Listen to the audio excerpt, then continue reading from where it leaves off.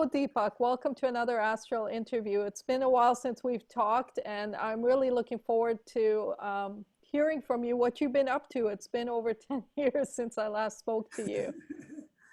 Yeah, like I all weird situation, right? Yeah, Yes, and yeah, and so much of uncertain time these days, right? Yeah. yes, yes.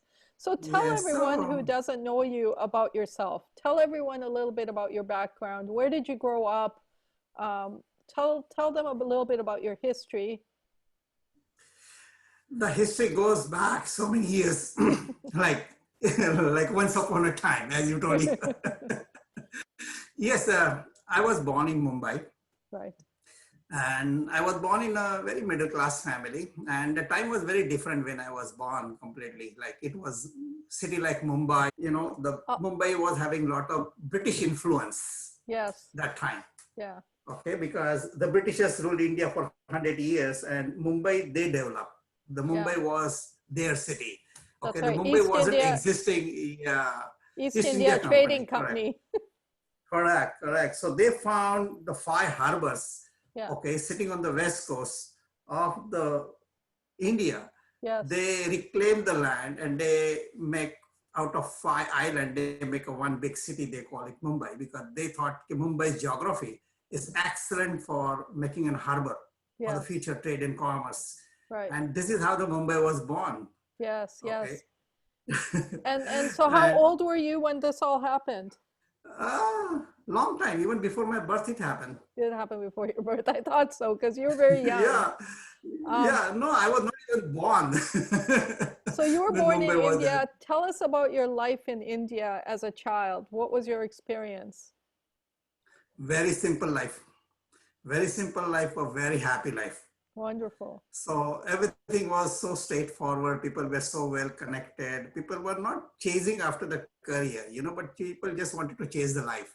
Right. That was a big difference. Right. And the people, it was a very small community in Mumbai. Mumbai that time was not that much populated. Right. Okay, And so it was a small community, very close community, and a lot of intellectual class. Okay, that time because that time the Mumbai was having their own university. right. Okay, Yes. so so so it was very different and a lot of British, like influence. So that made the Mumbai stand out completely different way from the rest of the India. Right. And Yeah, what about and you? What paths did you take in your education? What was your interest? What was your passion at the time? it was science. I was deeply into the science, like all at my school level. My mark scoring in the physics and chemistry and mathematics was excellent. I was always the top ranking. Right. But when I was in the last year of the school, my father expired. So that was a big setback to my Must have been sad for academic you. life, right? So once I was out of the school, I was looking for a job, Yes. honestly, because I wanted to be on my own because my mother was non-earning member. So I have to support myself. Right. So, so I was started looking in for the colleges or the universities, those they have the part-time classes. So Right. during daytime, I can do my job and part-time I go and study. But unfortunately, there were no science colleges. Right. Okay, the science was only being taught during the full-time programs. Okay, so finally I have to switch over from science to the commerce. Right. So business. So yeah, so business. So what happened? My scientist was there inside me, but at the same time, I was developing myself towards more like a business. Right.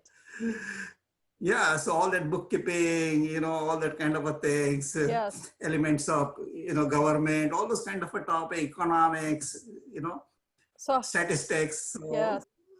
So what happened? I finished my BCom, Yes. okay, and then I got into the bank job. I was a bank teller.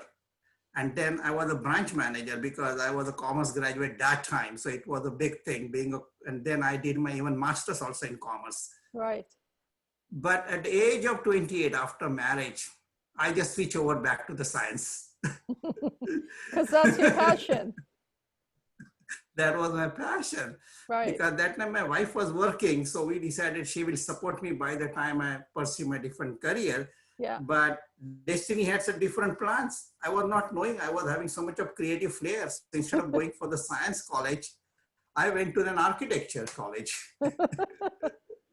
Quite a difference. So yeah, so that was a big shift in my life. Like everybody was started, like mom was very much worried. Oh, what's wrong with my son? Like I was a branch manager, good post, good salary, Yes. and I'm just resigning. Was Yes. something wrong here? And Yes. that time I was having my daughter. My daughter was born by the time. Right. Okay. So at that particular time, living such a stable and such a wonderful job, like it was shock to everyone. And Right. I'm pursuing a new career where I have no experience, no family history. So you give up your BCom and you gave up your passion, your science as well? Correct. Because I developed all of a sudden interest in the field of architecture and interior design. So tell us a little bit about that. How did that come about to be? So what happened, one day I was working in a bank and I used to finish my day very early, and I saw ad in the paper about some interior design programs and architecture, that some technical institute is starting some part-time courses for the enthusiasts. And I said, okay, wow, like this something fascinates me. And I went to their fundamental courses and I did so well. I did so well. And my own faculty, they encouraged me. They Right. said, Deepak, you're the best candidate for this program. You Wow. must pursue this. Don't leave it halfway. So fortunately, my faculty supported me so much, encouraged me so much. And I was really doing excellent at everything. Like, I don't know, I was just doing like an expert. Yeah. And finally, Yes. what happened? They said, it was inborn in me, like, I don't know, like my drafting skills, my sketching skills, Right. like, they're like amazing, like a professional I used to do in that Right. level. And So when I was out, somebody might say it yeah, was a past life influence. exactly, absolutely, absolutely. Something that came I inherited from my previous birth, Right. and Right. everybody was shocked. Like my assignment, they were used to be everywhere on the notice board of the university.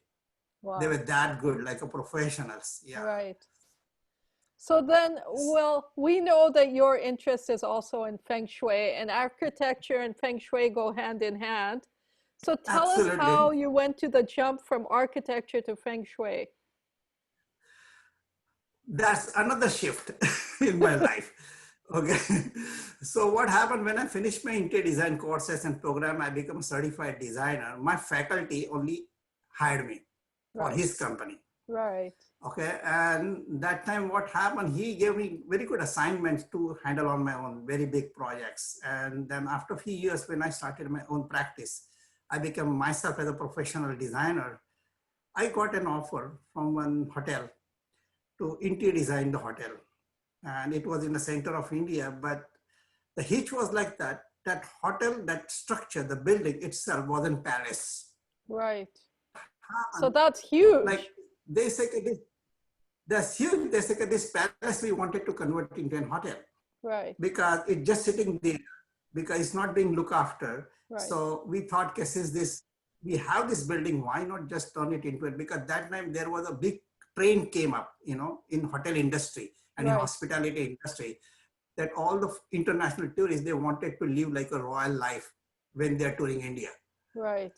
Okay. So that was a trend, like they used to live in like a heritage kind of a structure, but they are not heritage structure, but they are more like a five-star hotels. Hmm. But that's being a heritage property, the government of India, they wanted me to conserve the heritage properties of their structure. Okay. So I started studying what is this heritage properties are. So first time I started doing my research on the ancient palaces. And during my research, I found out that all these palaces were built, those are just relating to the cosmos, universe. Wow. All that kind of ornamental that they use in architecture, the lions, elephant, like this kind of animal you will see in many ancient architects, Yeah. and stars, sun, all those kind of you will see this symbolism, Yeah. okay, in Yeah. this ancient architecture. They were having some significance. Okay, and this is how I got drawn. I said, why they used to do that? not to just make the building beautiful or aesthetically appealing, but more than that, they wanted to harness the cosmic energy into the dwellings Right. to make it prosper, to make it attract abundance, to make it a happy place to live in. Right. Okay, and the royal families, when they move in there, like they have all kind of a happiness, all kind of abundance, and they have a rulership abilities to rule the country, I to rule the see. kingdom. So Yeah, they so when I, so they know something yeah, we don't know. yeah, exactly, exactly. And that time, when all these palaces were built during the British regime, so Right. there was a lot of European influence on that architecture. At the same time, Islamic influences. So it was a good blend of Islamic architecture and the European architecture. And Uh-huh. when I started studying the Greece architecture, okay, the architecture of Italy, they all have the same footprints. Everything was done back in Italy and back in Greece that time. It was nothing but the footprints of the cosmic energies. Everything is just been printed out like a map of a sky. So That this is is, how I get on. Yeah, but that time there was no Google, right? So how yeah, you do yeah. your research? Yes, So yes. physically you go on talking people to people, but there was nobody's giving me the logic how it really works. Right. Okay, so finally I got bumped up with another person who was from Far East, like from Japan. Okay. Okay, because they were our energy advisor at that time. The Hitachi and National, those companies were providing the generators and energy sources to the India. Right. So And you one day needed I those was sources talking to them. in your dwellings too. Correct. So that those technicians, those engineers, I was just interacting with them, and that time they told me there's another science in Far East which is known as Feng Shui that you should be get introduced in. That very much relates to the make the thing simplified in terms of architecture and interior design. Wow. So this is how I got introduced to the Feng Shui, So and God then is that time leading I, you. yeah, exactly. Like everywhere I wanted to do something, I was looking at it like doors are opening on their own. Yes, yes. Yeah, and I was getting more and more drawn into it. And then I started learning the Feng Shui. I got a couple of institutes in back in Kuala Lumpur, Hong Kong, Singapore, and I was so much fascinated, like how much these people are careful about planning their buildings, planning their, the designing their home, the designing their hobbies, how much they're careful, and that micro detailing that they used to carry out, getting all the cosmic energy harness into the livings. Wow. And this is how I realized why these people are having so much of money, why there's so much prospering, why there is so much of abundance, like especially even some of the commercial institute like Hong Kong Bank, okay, that was the leading bank that time in the Far East. Like Right. Hong Kong Bank itself, the managing director whom I met that time, like he said, no, Deepak, Feng Shui is everything. Like that. Right. Like everything they used to do or little bit of changes to do, they will always consult their Feng Shui master before they carry out even a minor change into their dwelling places or into their Wow. space. Yeah. What, how amazing it would be if everybody had access to somebody like that. Yes. The access is me now. This is what I'm giving to my clients and my all Vancouver communities, making them understand the basic principles, how this cosmic energy, if you start living your life in tune with them, the life is much easier. Right. Okay. And you will see that what you do has some meaning. Yes. You will find the meaning in everything what you do. Like you're more mindful thinking, in everything, like every moment you live rather Yes. than Yes. living in years and living in months. Why not live in every moment? And Right. then exactly where you don't go wrong, because you're connected to the every moment of what's happening inside you and what's happening around you. So most of the decisions that you take, they're taken with a lot of clarity and with the full focus and the full vision that you know ahead of you. Right. And so, Yeah. like when you mentioned feng shui, it Mhm. reminds me of Vastu Shastra. You're in India. There's Vastu Shastra there. Why are you Absolutely. going from Absolutely. India to Feng Shui? Tell me what the difference is and how come you didn't figure out When, the when I Vastu started Shastra? Correct. When I started looking into our Indian own science that relates to the space, okay, relate to Yes. the dwelling, relate to the any kind of a landform, the what I found here, the customized approach was more into the feng shui, but not with the vastu. Right. Okay, so feng shui they were saying, okay, for every individual the things must be different because every individual is different. While vastu is saying everything common for everyone. But Ah, in practical life, we all are different. In yes. practical life, we all are different, Right. right? Like our DNAs are different. So Yes. naturally, what applies to me should not necessarily apply to you and work on you. Right. So Okay. do So you this think, is what I like about the feng shui. yes, it's individualized. Yeah, individualized. And Vastu, on the other hand, is more related to the architecture, but not to the interior. I see. Okay, Yeah. so feng shui takes part of what's happening inside the building. Right. Okay, while the vastu more relates to the architecture of the building Right. structure. So they both Yeah, make a but finally difference. yes, so they're two different paths, but they want to the final results are the same. The achievement, what they want to achieve is the same. The Right. final goals are remain the same, but only the ways are different. But what I found, the Vastu at one point is very rigid. It's not as flexible as to apply to our modern life. Aha. While Feng Shui can be applied to any modern place or any modern living. Okay. Tell me how Vastu is not adaptable. The Vastu is not adaptable for the thing like earlier the people used to build their own homes, select their own lot, but now the things have changed. People now they want to live in very high-rise buildings because Right. the population is growing and the land space is limited and everybody want to live in the same city. You cannot expand the cities, right? Like Right. horizontally, Yes. right? So Yes. people will start vertically by Yes. having the high-rise tower or the multi-level buildings. Yes. And in that case, what happens when any home becomes a multi-family unit, Vastu cannot cater to every family. Ah, I see. Of course, that Okay, makes because the sense. Vastu was generated that time most of the units were single family unit, not the multi-family units. Right. So And so, people used to live in their own home. yes. Okay, but over the centuries the things have changed and now we are living into the communities and the building those are multi-family buildings. Right. And so did Vastu Yeah, influence Feng Shui or Feng Shui influence Vastu? Or they came up at the same time, but one evolved, the other did not? they are independent bodies. No one is influencing either of them. They're Okay. independent bodies. It is up to your choice which one you want to pick. Right. And so did one influence the other in coming to be, or was it that they both came to be because of energy, or but one evolved further, the other one stayed behind? No, I won't say that. No one is staying behind.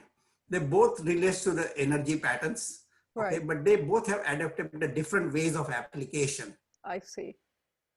So Yeah. fascinating. Yeah, so fascinating. Like it's like say if I have to travel from Vancouver, okay, to the London, how am I going to travel? Am I going to go by air or am I going to go by sea? Yes. Right? Right. So Different. like that. But that, Yeah, still you can reach. You take any mode of transport, still you are going yeah. to reach there, Yes. right? Some may Yes. take a little longer than the other, and some may have, there are always things. So it Yeah. is up. But I still love feng shui because there's a lot of research carried out in the terms of feng shui. While the Vastu stood on its own, there was not much research carried out with the changing time. Right. Okay. Yeah. So what happened? So Vastu only limited to the India, an Indian subcontinent, while feng shui traveled across the world because they propagated it. Yes. The way the feng shui has been followed into the Western world, the Vastu has not same kind of awareness is getting into the Western world. Right. I For the understand that. limitation, because because that science didn't develop much later on because there Right. were not enough of researchers to work on it. We come to the modern day and we're here in Vancouver and we're here and you're here and you can help people that are here with their dwellings now. So we're coming to the practical, Correct. right? Yes. Anyone Yeah. can get help from you, and you have an understanding not only of science, your commerce, your business, your um, your architecture, and then Feng Shui Correct. and Vastu. You have all of that in your knowledge base, All correct? of it. Yes. So you It's can, just a big cocktail. Yeah. yeah. So you can pull the information and individual needs very specific to an Correct. individual. And so Yes. let's talk a So little bit about that. How do you help someone when they come to you? you see, like feng shui, like some people want like to stay away from the feng shui because they think it's too much like Asian, too much Chinese. Right. Okay. But I always tell my people, no, no, feng shui is universal. It is been named as a feng shui in China, but every culture, okay, every religion, they have their own energy science. Yes. Okay. So Yes. what with my ability, what I'm going to do, I give them the still feng shui, but it's packaged in their own tradition and it's been packaged and labeled in their own culture. So Right. they find it easy to adapt. Right. Like I don't want that somebody's home after doing feng shui, it should not look like a Chinese museum. Yes. Right? Of course. Of Like course. I've seen the many people that are very much into the feng shui and they are from different cultural background. They have different the traditions, their family traditions. And when I walk into their home, I can say, oh, where am I? It looks like I'm in Hong Kong. I'm not in Vancouver.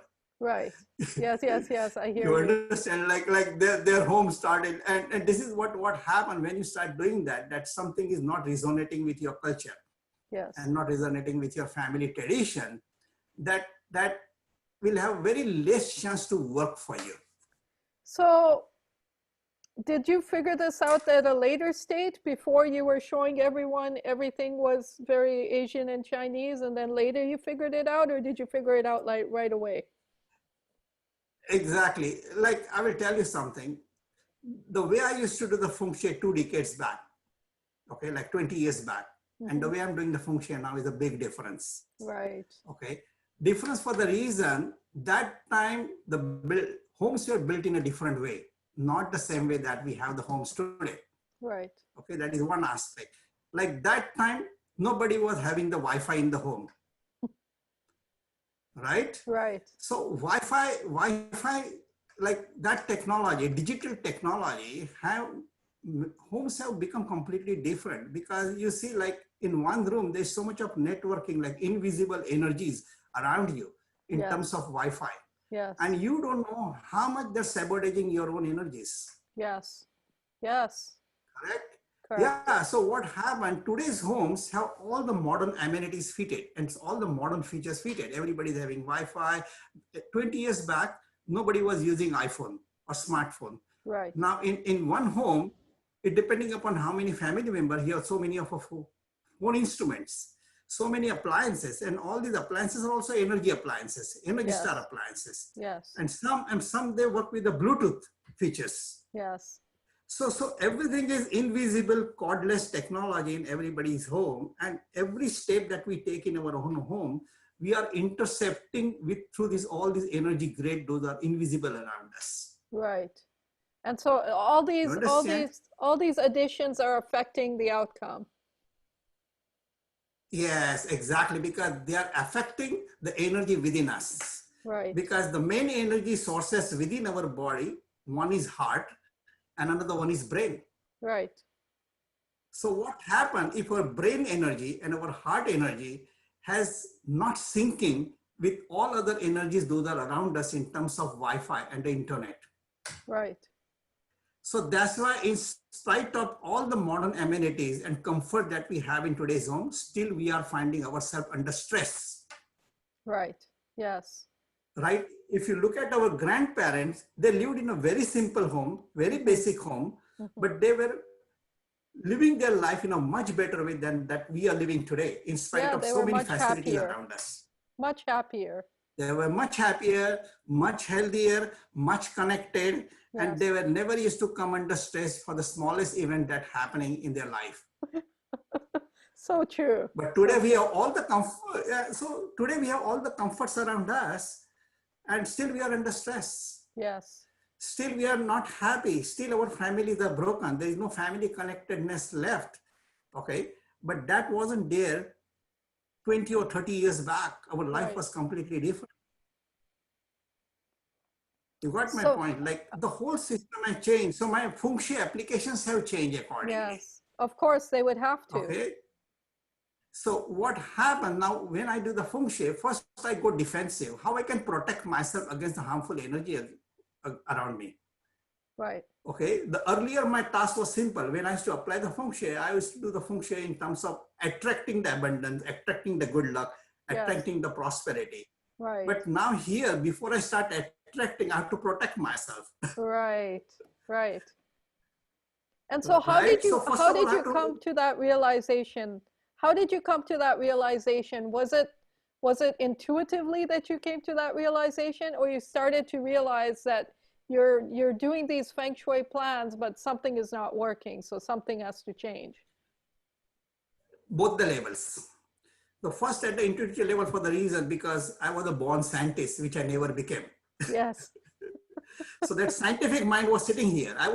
was aware of what's happening around me and doing research on everything. Yes. And when I'm going to the client, the Feng Shui is not giving them the result, the right amount of results. Yes. It's making the life better, but still my expectation from the Feng Shui were much bigger. Yes. And that what the family was saying, that something is here that we sense it, but we don't know what exactly stopping us. Yes. Yes. Right? Like Yeah. people know there's something there, there's something stopping them. There are some Yes. blockade, there are some hurdles. Okay. We know we can do this, but still we are unable to do this. Yes. So this is what happening at the practical level, because all these invisible energies around you, okay, they're really bothering you and your inner system, your inner engineering. So Right. when you're working, you're not optimizing on your efforts. You're not optimizing on your brain. You're not optimizing on your gut feeling. You're not optimizing on your willpower. Right. So everywhere there are the shortfalls. Yes. Yeah, I hear you. Okay. So this is what the big change happened, and this is where exactly I found, all blame, all the tools that I carried from the Vastu, from the Indian astrology, from the Western astrology, okay, from my commerce business mind, because these days everybody is looking from terms of monetary benefit. Yes. Okay, because the money is everything. Yes. Right? Because yeah. today's in modern world, we cannot survive without the money. So I have to put everything into the business perspective of the people. If by doing this, how is going to help you not only in personal life, but also in your career, also while you make your living, because that's so important. Because sometimes what happens, it doesn't matter how much physically healthy you are, but if your financial health is not up to the mark, you're still under stress and still you will fall sick. Okay. Because your financial health is poor. Yes. It doesn't matter how you're well built, okay, Yes. how your muscles look like. You may be having a wonderful body, fit body, but what happens when your financial health is affected, your entire life is affected. Yeah. And because of the financial health affected, even your relationship also goes under stress. Yes. Yes. So this is how I start putting into the business perspective, giving it Feng Shui a business model so people can understand it well and people will start depending on it. Okay. Because these days, the first priority is the money. Yes. Then the relationship, and then your physical health. The priorities have changed. Right. Right. Because you see, the prime time of our life from the age of 18 to the 65 when we retire, that prime time, the 70% of the years we spend only making our living. Yeah, I say that all the time. We spend So, three-quarters of our life we're spending working. Where do we enjoy life? Yeah, so we are giving most of our energy to create our living, but not create our life. Yes, yes, yes. So that's the big difference. Okay, we are more like I'm telling you, we are no more human being. We are human doings because we work. Yes. right? Yeah, Because very we smart. think, okay, without money, you will be helpless. Okay, without money, I can't do this. Without money, I can't do that. Without money, I can't have this. Right. So all our energy is going towards, shaping our career rather than shaping our life. And it has to switch back. So correct. So what I do now, first try to get this business mind. Everybody has their business mind. Like these days, we have two kind of a mind. Yeah. One is our emotional mind. Yes. Okay, that looking for the happiness. Yes. Okay, that looking for love, that looking for care, that looking for respect. Right. While as on other hand, beside emotional mind, we have another mind that called intellectual mind. Yes. Because many of the people, they now want to live by their intelligence but not by emotion. So sometimes they will grab a job where emotionally they are not happy but intellectually they are happy, Yes. because that's giving them more money. They are seeing the results of their hard work. Oh, they can pull the money from here, but they don't like what they are doing because their emotional mind is not synced with their intellectual mind. Right. Right. And same thing is happening in the relationship. Like in the relationship, not only your emotional compatibility is now concerned, the more compatibility is concerned is the intellectual compatibility. Is you and your spouse are intellectually connected.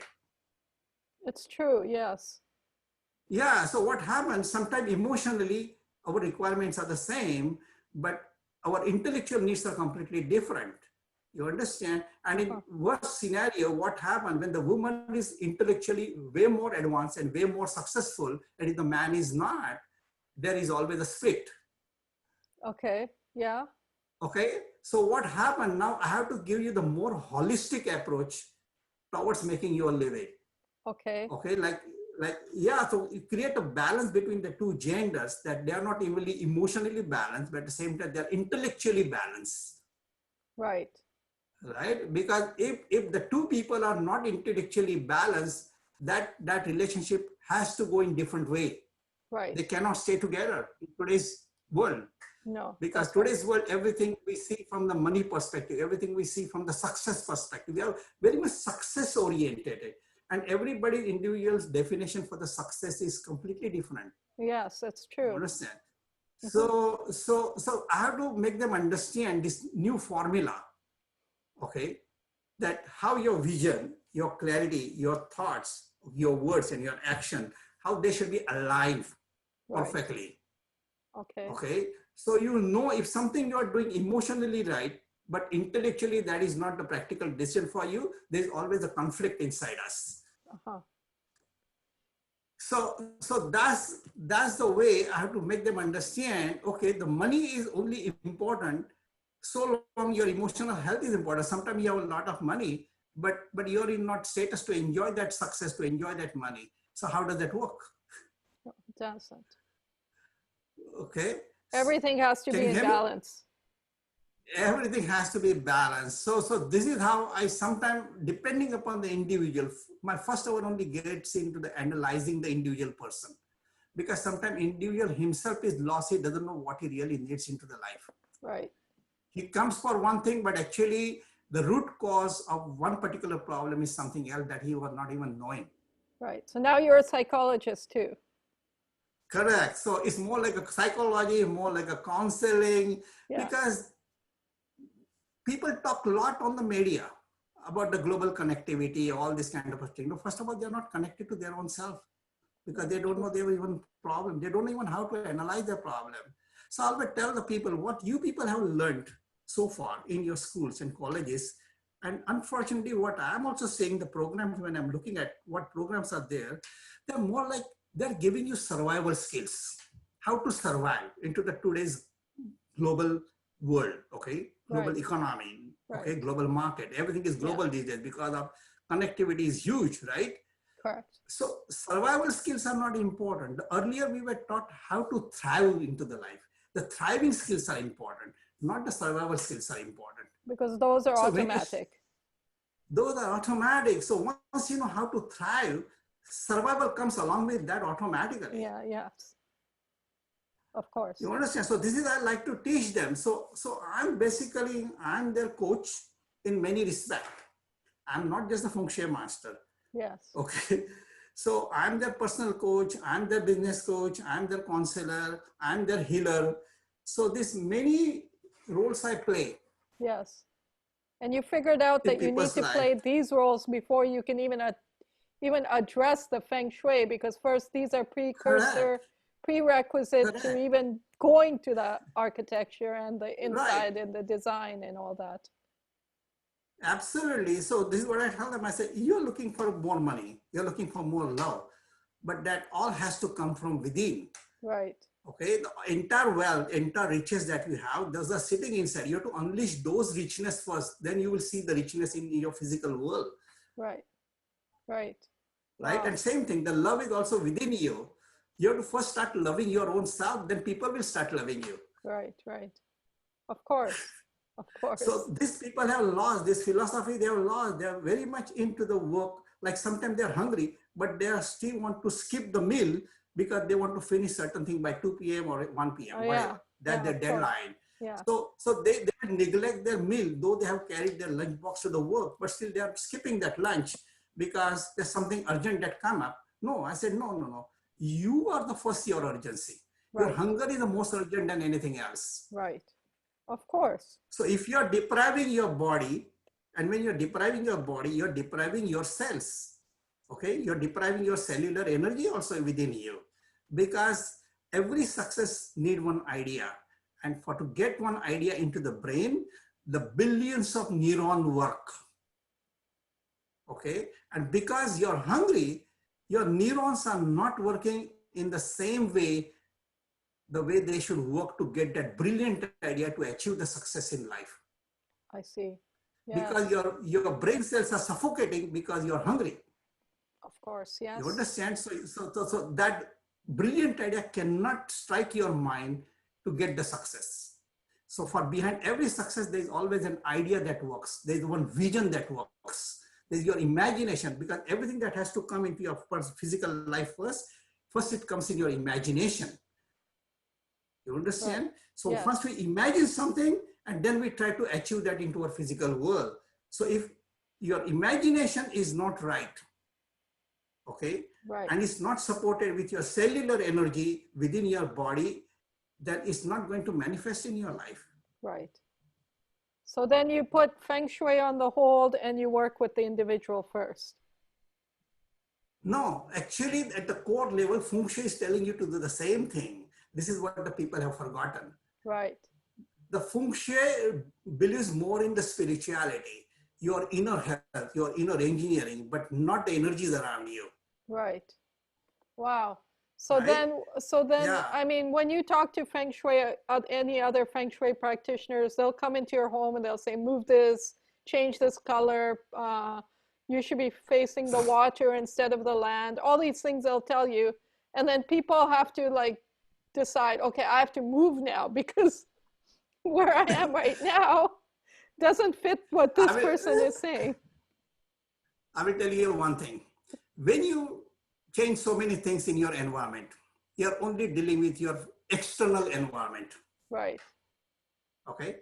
But what about your internal environment that within you? Right. You know, it is your internal environment that will That's influence your external environment. right. But people go other way. People like to see if my external environment is changed, my internal environment will get fixed. I said, no, it doesn't work that way. Right. Okay. Yeah. If our solar system has to exist, the sun need to shine brightly. Huh. Yeah. Right? So Yeah. our inner engineering, our inner soul is like a sun. Yes. Okay. And all our goals and all our ambitions, they are like planet. So all our ambition and all our goal and our all external environment, like external environment comes everything, our friends, our family members, our colleagues, this is all our external environment. So they have to rotate around you instead of you rotating around so many things. Wow. So your inner function is the most important aspect. How you regulate your inner energies, okay, Wow. from brain to heart and heart to brain. That flow is so important to manifest everything in your life, because that's going to unlock entire abundance for yourself in your physical world. So can you talk a little bit about the inner feng shui versus the outer feng shui? Yes, I can give some points here. Just a little Like, insight. Yeah, like first of all, we have to believe that there is the energy within us. Yes. Okay, first of all, we have to believe that the energy within us, and how we can prove that there is some kind of energy sitting inside me that I call it the Feng Shui. Can anybody tell? Like, it's so difficult, but I Not can from make the not things very simple. externally. You can See, I feel will it tell you, inside you, if but you feel it, like you feel it where? Your heart. Say, for yes, example, yes, heart. yes, Heart is yes, pumping all the time. It has no yes, on and off button, right? It is just working, working. yes. Now, from where the heart is getting the energy? Unknown. Unknown. Like there is some battery cell somewhere, that providing the energy to the heart. So heart is Yes, working. yes. And you see, the time the heart stops working, you're declared dead Hmm. because energy has left your body. Right. Okay. So that's very important. So we have to believe, first of all, there is some energy within our body, and and to make that works nicely, there should not be any internal blockage in our energy. Right. The same thing, like suppose if any electrical gadget is giving me any trouble, we always like to see, is there any problem or the fault with the flow of the energy? So we try to see if the switch is working properly, if the connection is right, right? The same thing here, if something is not working within our life, we have to first see, is the energy that moving correctly in our body? If you're not thinking right, if you're not talking right, and Right. if we don't know even what is right for us, Yes. sometimes we make the wrong choices in life because we don't know what's right for us, Right. because that all happens because of the faulty inner energy flow. Okay. And then what happens, still we don't know at inner level what we really want in our life, what can really make us happy, what can really make us successful. We make a wrong choices in our life, and then we chase the dreams those actually we should not chase. We chase the ambition, that ambition we should not change, but we are looking for something else. Because the way I told you earlier, the emotional mind and the intellectual mind, and the third mind that I tell the most people, the most important is your spiritual mind, your spirit. What your soul needs is very important. What your emotion needs is not important. What your intellectual mind needs is not important. What your soul needs, because when you're born, you Hmm. come naked. You brought Yes. nothing with you. So whatever you're going to make here, you're going to make here in this world that you borrowed from the universe. Yes. You Correct? go And naked now what? too. Yeah, we go naked too. We come empty-handed, we go empty-handed. Right. So what we crave so much for our career, why we so much crave for our life, okay? Because we have to understand first, what is the purpose of you coming to this world? What is the real meaning behind it? We are born with the purpose. So once you know your life purpose, everything is easy for you. Then you know exactly why your soul is here today, okay? And what you need to be in your life. That Right. can only happen when your internal engineering, your internal energy flow is excellent and is synced with the universe, because we are the part of the universe at one point. Right. We are all part of the universe. On the entire map of the universe, we are just like a very tiny micro dot. But we as one part of the universe, if we are not synced with our universe, nothing is going to work with us. Right. Yeah. So then it's not just about, so you could do all the feng shui outside, but if you're not inside, if your feng shui isn't in balance on the inside, the outside feng shui is not going to work? They both need to sync, but the inner feng shui still comes at the prime place and then the external environment. Right. External environment, you have an ability to generate. Right. That's under your control. You can, I will choose where should be my sofa. I will choose where should be my dining room. I will choose where should be my stove. I will choose where my work desk should be there. You can control everything. But Yes. if the choices made by your inner feng shui are wrong, nothing is working. Right. So that's why inner feng shui, the inner energy comes first, inner environment comes first, and external environment comes later. So amazing. So fascinating. Yeah, So tell us yeah. one success story of your feng shui experience.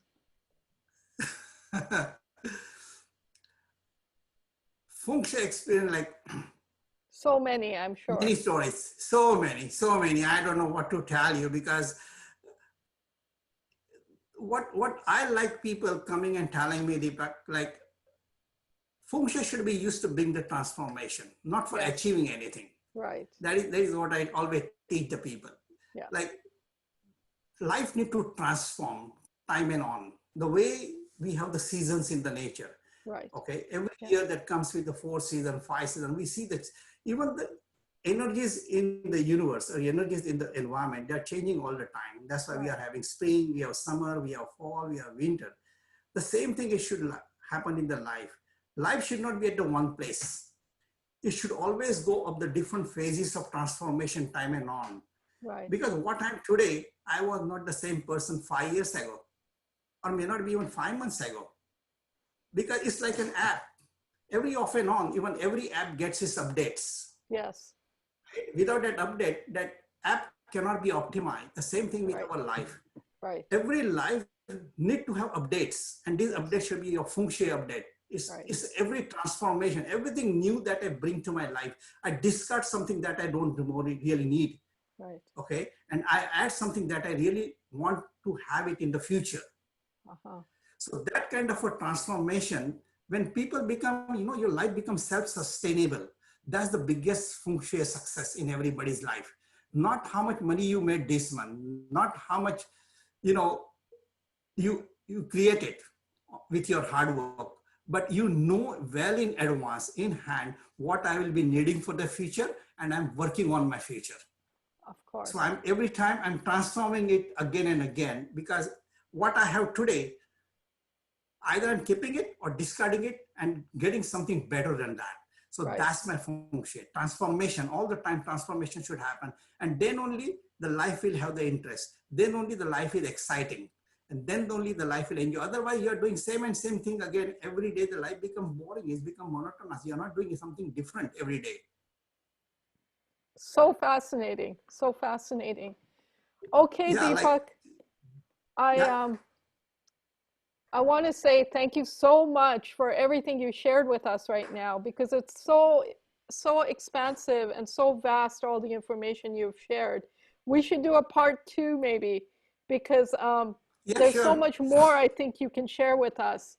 And Part two, like we can actually pick up a topic and only we can talk on only on that particular topics. do that for the Just audience. focus on one.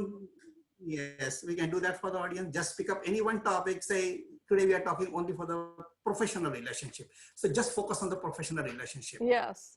how we can develop it, how we can nurture it, okay, Yes. and how much we can monetize on it, because everybody thinking to monetize on everything. Yes, of Okay, so course. how our really the simple acquaintance, simple friendship can turn into a very much meaningful relationship at personal level and at the professional level.